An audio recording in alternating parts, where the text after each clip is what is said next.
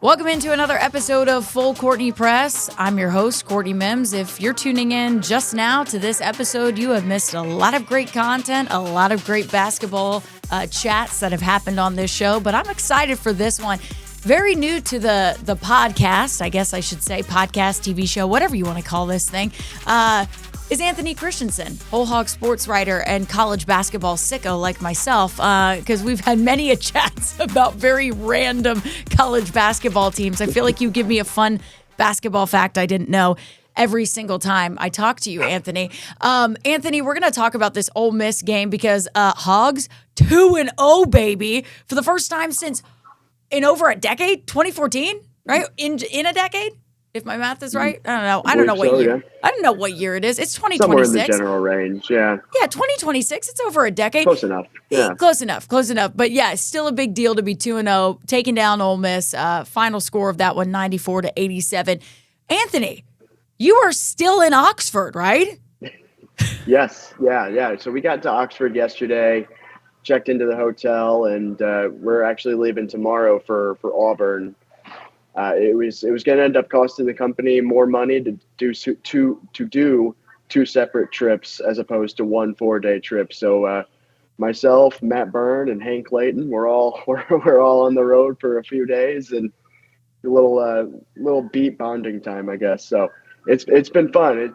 This is my first time in Oxford. It's a really cool little town, and you know, I hear there's a football game tonight, so we'll be going somewhere to watch that. So I'm sure it'll be a lot of fun. Oh, I'm sure that will be a lot of fun in Oxford because you'll get to experience it with all the people, all the Ole Miss fans that didn't get to go and travel for that game. So that'll be super fun. So I'm sure you'll enjoy that. But it's always nice to talk about a win on the show, and that's what we have in front of us. I have my statistician glasses on today, Anthony, for this one. So you know me, I'm going to be giving you the stats of this game, and you're going to help me break down this win because you were there. After all, you were there for that entire matchup. And so going into this game, Anthony, I think I talked to quite a few people about it, and I said, look, you don't want to underestimate any SEC team, right? You also don't want to underestimate any SEC team when you're at their home court, when you're in their hometown, when you're in front of their fans, right? It's hard to win on the road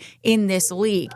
Getting this win was huge for Arkansas, not just to be 2-0 in SEC play, not to just change the tide, so to speak, of last year where they started 0-5 in this conference. Now to have that confidence, you've gone and you've beat Tennessee at Bud Walton Arena, but hey, you've gone to Ole Miss and you've beaten the Rebels on their home court in front of their fans. You know, for you, Anthony, being in that arena last night, I mean, how big was this win to you? Yeah, it was a big win. I mean, like you said, it's hard to win on the road, and everybody's going to tell you that. But, you know, they withstood a late, I guess, flurry from Ole Miss. I think Ole Miss hit, I think it was 8 of 10 shots to get back into the game. And I believe Corin Johnson hit a shot with about 2 minutes left to make it a 4-point game. And you know, even despite that, I personally, from obviously my neutral perspective and not being, I guess, you know, a coach or a player or a fan, I never felt like Arkansas was in a ton of danger of losing that game. It just never really gave me that kind of, I guess, feeling. But it is a big win, right? I mean, you mentioned it. Obviously, last season they started 0-5 in SEC play. I think it was 1-6 overall by the time they went to Kentucky and all of that. But you know, it is big. They, you know, obviously Ole Miss hasn't been what, you know, maybe people had expected Ole Miss to be, what you expect a typical Chris Beard team to be, but it's still a team that plays, you know, effective defense a lot of the times. They really try to slow you down and kind of, you know, murky the waters. They switch a lot, and yeah, they do things like that. And Arkansas, for the most part, seemed to do really well against that. It was, I believe it was 19 assists they had, and that was the most they had against a power conference opponent this season. So the ball movement was really good, and I thought a big key to the game. And we can go into individual performances and all that. But yeah, no, it's absolutely a very big game, a Well, very big win for sure. yeah, and we're going to go into kind of the individual stats of this one because I actually do want to get your thoughts. You just mentioned 19 assists, ball movement. Yes, absolutely. When you have 19 assists in a game, it is very good to distribute and get that ball into different hands, right? You wanted to see that, but we also saw Darius Acuff once again have a huge performance in this one. A team leading 26 points. He was 7 of 18 from the floor, 11 of 12 from the charity stripe. Whew, good. I mean, goodness gracious. He had 9 assists, which was awesome. Almost a double-double for him. Obviously, he has just been such a key for this team, the guard play. And even when you look at Malik Thomas in this one, he had 13 points. He contributed. Trevin Brazile, 18 points. I mean, he was lighting it up from the 3, which was great to see. I know my dad had texted me, and he was like, man, if Trevin can shoot like that night in and night out, anybody in the conference is going to have trouble beating them, seriously. So really good performances, really, and even Billy Richmond. I got to give it up to Billy Richmond in this one too, because Billy Richmond has been shooting so much better this year, especially from the 3. He knocked down one in that game, and so that was huge to see. And I'm going, man, he has been shooting the ball a lot better. He was perfect from the floor, the 3, the charity stripe. I mean, just you look at that and you're like, okay, yep, you have a player that's shooting 100% across the board. It's awesome to see. And the other thing I liked, Anthony, before I pitch this over to you, I promise I'll get there.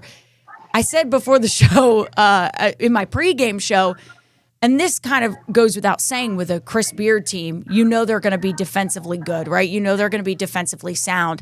And so I said, rebounding is going to be key. They're going to have to crash the boards offensively and defensively. Well, guess what? They out-rebounded them 37-27. And I think, Anthony, that goes back to your point. You really never felt like this game was Arkansas was ever in danger of losing this game, even when it got close at the end. And I think for me, I felt very similar to you, but because of that stat, because I was like, they're out-rebounding them at a high clip.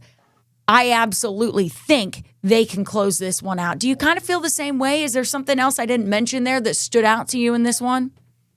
Yeah, I think you're spot on there with the rebounding, and it's the second consecutive game that Arkansas has out rebounded an opponent that you typically associate with being a good rebounding team. Obviously, they out rebounded Tennessee, and Tennessee came in as one of the best rebounding teams in the country and the best offensive rebounding team in the country. So I think that is obviously a huge, I guess, point of, I guess, not contention, but a big thing that you've gotten so far this season. I can't think of my words, but no, like that was huge. And then you mentioned the individual performances. I mean, I'm not sure how much else you can really talk about Darius Acuff, because I mean, you're never going to say anything new just because he's what he is. I mean, he's consistent and he's just awesome. He'll be barring something completely unforeseen in the NBA next season. And one thing that, and you mentioned this, he was 11 of 12 from the charity stripe. That's huge because he hasn't been getting to the free throw line at an insanely high clip for the season. I believe he's at 4.3 fouls drawn per 40 minutes. But yeah, since they've gotten into SEC play, that's gotten up to, I think, right around 7.8, somewhere in that range. So if he can keep getting to the free throw line and getting those free, easy points, I mean, that's just just another element that you're adding to his game. And you mentioned Billy Richmond, and he was perfect from the field, and that kind of gives away what I'm writing for my Auburn advance, but because I am writing a little Billy Richmond story. But yeah, I mean, it was a well balanced game. I believe they had I think it was 5 guys scoring double figures, and yep. I believe 4 players who had 5 or more rebounds, if I'm not mistaken. Yeah, so it was well balanced. Yeah.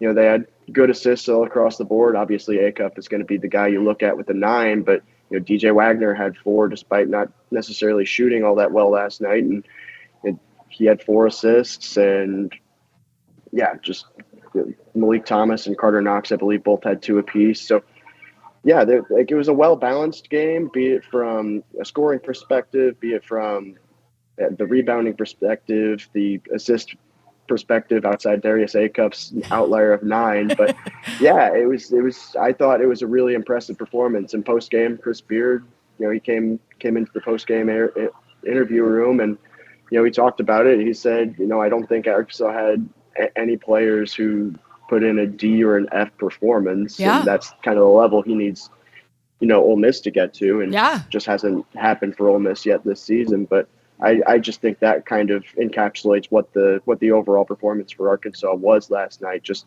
a really well balanced game. I love that. And that's what I've kind of been saying this. I mean, Anthony, this is the first time we've had you on the show, but for the people who watch this show, they know I'm a broken record when I say it's not just going to be Darius Acuff. He's great. Absolutely. Go off every night, King. I mean, we love those performances. But here's the thing. It's not just going to be him. It's a team sport. When you see the balance like last night, I'm going, That's why. That's why my dad, who's spent 40 years coaching college basketball now, or whatever it's been. I mean, it feels like it's been doing it for 80 now, but he hasn't. But that's why when he texts you and says, if these guys have the performance like they had last night against an Ole Miss team that, while their record isn't what Chris Beard wants right now, he's a great coach and he has talent on that team. They're a team we could sneakily see in March, and it could be a situation like Arkansas last year where they start off bad in SEC play, get it going, you see them in March, and then they make a run. And everyone's going, wow, but this team started, 0-2 in SEC play? And you're going, well, that's the SEC for you. So don't hate on Ole Miss at all. I'll give them a lot of credit because they are really, really, they do have a lot of talent on that team. They do. But Chris Beard, like you said, is trying to have to fit the puzzle pieces together, figure it out. I mean, they played, if I can go count really quick, 1, 2, 3, 4, 5, 6, 7, 8, 9, 10, 11, 12 guys. They played 12 guys last night. He's trying to figure things out still. He's trying to get something working. What's going to work? Where Cal's going, I got my rotation. Here it is. You see the same guys on the stat sheet pretty much every single night because he knows exactly who he's playing because he has that down. So I completely agree with you there, 100%. I also, you mentioned free throws. I got to say, Arkansas got to the line 30 times. They were playing physical. They were playing aggressive. And I love to see that against a team that plays physical, that plays really physical basketball. So you're like, all right, you got to the line 30 times. Good job. Made 22 of those free throws. I love it. I love seeing that. So that was huge in that game too. Before we move on to Auburn, Anthony, I do want to ask you kind of a bigger picture question right now with the SEC. Arkansas is 2-0. There's nobody arguing that they are one of the best teams in the country. There's nobody arguing they're one of the best teams in the SEC. But right now, I mean, with the way the league looks, I mean, Arkansas has a legitimate chance to win the conference. And I know it's still early on, but I want to get your thoughts on that, just knowing that you've been following the SEC throughout the non-conference schedule and now early on into conference play. What do you think? Yeah, no, I think right now, I think there's a pretty clear hierarchy of Vanderbilt, Arkansas, and Alabama in one sort of order, kind of at the top of the league. I think you have to put Vanderbilt at the top because they're undefeated, just beat Alabama. And I mean, that Vanderbilt team is awesome. I'm now the train conductor of the Tyler Tanner is an All-American train. So hop on board. I'm already on board. I'm with you. I'm fighting for you on that. People want to argue with me. Courtney LeBaron Philon didn't play in the second. I don't care. They still won. They're 15-0. Oh, come on. Okay. So anyways, I'll get off my Vanderbilt train. You're all good. You're all good. I mean, Mark Byington's just done an outstanding job there. He did an outstanding job at James Madison before and Georgia Southern before that. So, I mean, he's had a long just career of being an outstanding coach, and to see what he's doing there at Vanderbilt is, I don't want to say it's because Vanderbilt has been kind of at the bottom of the SEC for a while. Maybe not necessarily the bottom because they had some good years here and there under Jerry Stackhouse before, but the job he's done there in his first 2 years, especially losing a guy like Jason Edwards to the portal. and everything that comes along with that, having to kind of retool everything, and having a team that is this good. I think they've got 8 top 100 KenPom wins, which is the most in the SEC by a lot. Yes. And obviously last night was the first time they'd beaten an AP ranked team, but I mean, you look at the teams that they've beaten. It's St. Mary's. It's all those VCU, UC, or not VCU, excuse me, SMU and UCF. All those 3-letter acronym schools. Tough to keep in your head. It is. I get it. Yeah. But I mean, that Vanderbilt team looks like the team to beat. Just with how well they're playing, how well oiled Mark Byington has that team, and it's a lot of fun to watch. But I certainly think that the top 3 right now is some order of Vanderbilt, Arkansas, and Alabama. But then you get into the rest of the league, and you have a lot of intriguing teams. Like Missouri was bad in non-conference play went 0-3 against top 100 teams and got killed by Illinois and Kansas, but now it's 2-0 against Florida and Kentucky, the 2 teams that were preseason first and second in the preseason SEC poll. So, and I know they've dealt with a lot of injuries in the non-conference and are now healthy again. So, as Dennis Gates getting that team back on track. Georgia looked really good in non-conference play, but didn't really play anybody. I believe Georgia's best win was Cincinnati, which that Cincinnati team kind of stinks. So tell us how you really feel, Anthony. Yeah. So we're kind of figuring out Georgia a little bit. Lost by 15 on the road to Florida, but I still believe in Florida, to be fully honest with you. I know a lot of people are kind of out on Florida, but I think obviously when you have the front court Florida has, I mean, Tommy Haug has played some of the best basketball in the country, and they've got Ruben Chinyelu and Alex Condon and even Micah Hanglockton coming off the bench. I mean, that front court is spectacular. Yeah, but it's the back court. They got to get it figured out. Yeah. They got to get the guard play figured out. Yes. Yeah, absolutely. And I think we've seen flashes of it. I think Boogie Fland and Xavier Lee they're still kind of feeling each other out a little bit, I think. Okay. I think they haven't put it together at the same time yet. It seems like when Boogie plays well for a stretch, Xavier Lee's not playing well, but when Xavier Lee's playing well, Boogie's not playing well. So whenever those two, I think, can put it together, I think you're going to start to see maybe not necessarily the Florida that we thought coming into the season, because I think we've seen enough to say that this isn't the 3rd best team in the country like they were in the preseason AP poll, but and on my personal AP ballot too. Yeah, I agree. Yeah, but I still think that that's a team that can be dangerous and challenge. And I mean, I don't know if you want me to go through all the SEC teams. No, you don't have to go through every single one. I mean, that's the same way I feel right now. Is that, and it's funny, Anthony. It's seriously funny because when the rankings came out, I genuinely had Arkansas in the top 3. When those preseason rankings came out, Arkansas in the top 3, Alabama in the top 3. I didn't put Florida in my top 3 because I was worried about guard play. And maybe that was just because we had seen Boogie Fland here. And I feel like we just, covering Arkansas, we just had a little bit more knowledge of that situation. And we kind of said, maybe he's talented, but what are they? How is that going to work out on that team? And so I initially didn't buy into Florida early on, and I'm still not totally buying stock in Florida right now. I think my stock's in the top 3 you just said: Vandy, Alabama, and Arkansas. Those would be my 3 picks to win the SEC. That would be my if I had to pick right now. Stand, definitely, yeah. Absolutely. So I mean, and we'll see. Things happen. Things get weird, and like Mike White at Georgia, I agree with you completely there.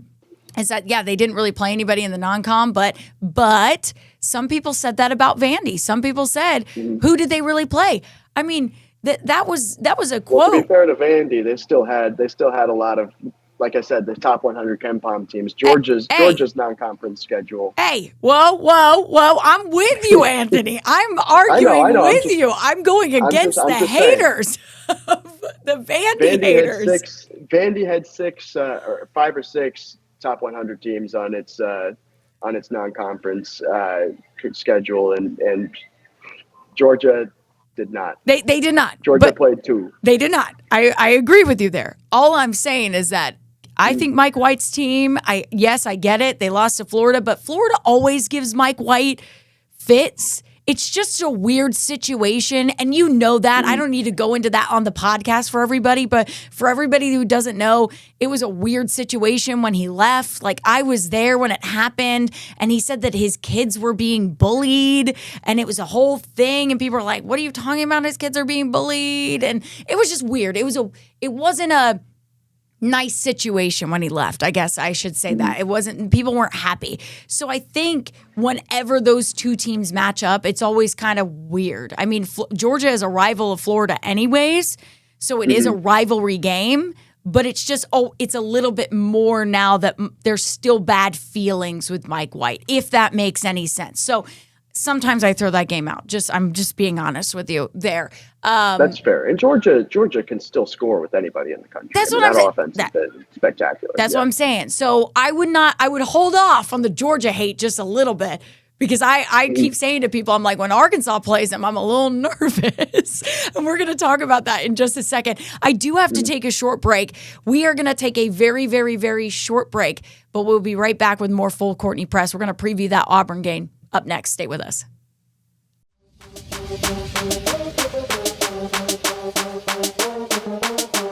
Welcome back to Full Courtney Press. We are running out of time on the show, but I wanted to get this in before we let Anthony go and the knowledge that he has in college basketball. Anthony, Arkansas has a chance to go 3-0 in the SEC. Whoa, craziness. I feel like that's weird to say after last season. They have a chance to go 3-0 in league play. They're taking on Auburn this Saturday in Alabama, at Auburn, their home court. Just want to make sure everyone knows that, okay? At Auburn. You are going to be there for that game. Auburn's always a tough place to play. It doesn't matter how the Tigers have played. Like, it seriously doesn't. Those fans show up and show out no matter what. So it's going to be a tough environment. And Auburn has some talented players. I think Stephen Pearl, once again, he has a good team in his first season. It's just putting together the pieces and figuring out some things early on. And that comes with the growing pains of just being a coach for the very first, or a head coach for the very first time in your career. I think, he gets thrown into this job a little bit and you're like, okay, have fun, and enjoy. So I know that, but with the gauntlet of a non-conference schedule they had too. Seriously, I'm like, come on, Bruce, what did you do to your son? What'd you do? Anyways, but really quickly before we let you go, how do you feel about this matchup with Arkansas and Auburn coming up this Saturday? For me personally, I think Arkansas can win this game. I think they are the more talented team than Auburn, and I think they can win this game. But obviously, tough environment, Anthony. Yeah, no, Neville is one of my favorite places to cover a game. I had a ton of fun there last year when I got to go. It's a small, compact arena, but it's a neat spot, and I really enjoy it there. But yeah, I mean, they're kind of similar in the way they're built. I mean, Arkansas's offense is really good, and Auburn's offense is really good. Arkansas is number 12 on offensive efficiency. Auburn is number 13 in offensive efficiency. Excuse me. And then the defenses, I think both coaches have kind of talked about, needing to improve on defense. I mean, Arkansas is 61st in defensive efficiency right now. Auburn is 106th. So you're going to, you don't really think about that with Auburn typically, but it has been tough. And some of that does come down to the schedule that Auburn has played. Obviously, Houston, Michigan, Arizona, Purdue, even some of the games they won, Oregon, St. John's, NC State, which, I mean, none of those three teams have met preseason expectations by a long shot, but still, quality teams with quality players. But yeah, it's an interesting matchup. I think when you look at Auburn, obviously the guys who stick out are going to be Keyshawn Hall and Tahad Pettiford. I mean, Keyshawn Hall is probably a first-team All-SEC name right now, just with the way he's played and how important he's been to that roster. You look at Tahad Pettiford, maybe not what people expected him to be coming into the season, given he probably would have been late first, early second round pick if he had stayed in the NBA draft, like a lot of people expected him to. And then you look at some of the other, players they've got. Kevin Overton coming over from Texas Tech. I used to cover the Missouri Valley, so I got to know him as a freshman when he was at Drake. And, he's a lot of fun to watch. He's a good player, an effective player, and Elijah Freeman coming up from Division II, Lincoln Memorial. I think he's been a lot of fun to watch, and they've got a lot of pieces, right? So it's a team that has the talent. I think a little bit still kind of trying to put it all together, and I think some of that does come down to playing the non-conference, schedule that they have, paired with it being a first-year head coach in Stephen Pearl. But it's an interesting one for sure. It's a game, like you said, that Arkansas can win. It's also a game that Arkansas could lose, right? I mean, like you mentioned, Neville's a difficult place for a lot of teams to play. Auburn has been close in both of its SEC games so far, but is 0-2 against, if I'm not mistaken, it's Georgia and Texas A&M. That's correct. Yes. And yeah, and the Texas A&M ending is weird. How do you feel about that one? Can I ask you? Man, that was. I mean, I was watching it. I thought it was good off the just in. But just real sight, time. just sight. And then, yeah. In real time, I thought it was good, and then all sorts of different angles were like. One angle made it look like it was good on the freeze frame, another made it look like it wasn't good, and then so it's a weird situation. They made the call the way they did, and I guess you can't really complain with that. They also get more angles as well, if I'm not mistaken. They do. So there were some angles, and I even confirmed this through a friend of mine who works back in the control center for replays. And she told me, she said, yeah, they get more angles than just what you guys see on TV. So they had clearly more, but I feel like it might have still been close back there. I'm gonna be honest. Oh no, for sure. Yeah, I think there's a reason. I guess it was a lengthy-ish review, but it was very strange. It was an entertaining game. I mean, back and forth. Obviously, both teams kind of throwing away leads at different points, but yeah I mean. That Texas A&M team is also kind of interesting. Yeah, they're scrappy. That 11-0 run they went on to come back into it, I was like, oh my goodness. They used 30 seconds to get back into it. And I went, whoa. Yeah, no, I mean, that's buckyball for you. Yeah. I've been a big Bucky McMillan fan for a while. And I mean, the way his teams play, just the pace in which they can score it's fun to watch and difficult to defend. But and obviously Auburn learned that. But yeah, it's an interesting game. Like we mentioned, it's a game they can win, it's a game they can lose, and yeah, I always love going to Neville, so I'm gonna have fun regardless. Oh, you will. You'll have fun. I mean, you're a college basketball fan, so you have fun regardless. I mean, we had fun at Memphis. I was like, this is great. Yeah. That was the first time I had been there to watch a basketball game, and it's a great spot. I was like, this is awesome. I was like, what is this? I didn't know that this existed here, because I knew my friend had always said, you got to go to a Grizzlies game. And I was like, okay, right, sure. But that's a Tigers game there is fun. I was like, I'm going to go back. It was a ton of fun. Go back go back and watch Penny Hardaway's teams over there. I'm going to enjoy it. But seriously, Anthony, we are running out of time. Do you have a score prediction or any, I always love giving a, maybe? Do you just who wins? Who wins? Just no score prediction. Who wins? Man, I've never been one to give predictions because then I get clipped up and people make fun of me on Twitter. People make fun of me too. Don't worry. I'll say Arkansas gets out in a close one.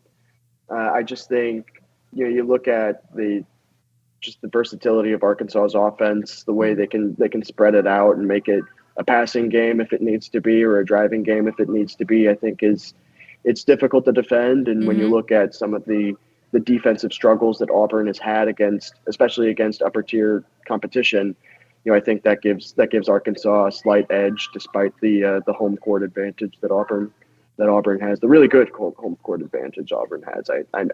I must add. Yes, and I agree. I love Neville Arena. Oh, it's a great environment. Seriously, if you had to if I had a list of like top 5 basketball environments, that's one of them, hands down. It's really, really fun to go watch a basketball game there. Seriously. Oh man, top 5. Would it even go in your top 5? Because it would go in my top 5. I don't know. Like I've been extremely, extremely fortunate to go to a lot of cool game places. Like I've been to Allen Fieldhouse, which is incredible. I've been to Cameron Indoor, which is See, incredible. I've been to Cameron Indoor too. I just haven't been to Allen Fieldhouse. So I guess I can't do an accurate top 5 unless I've been there.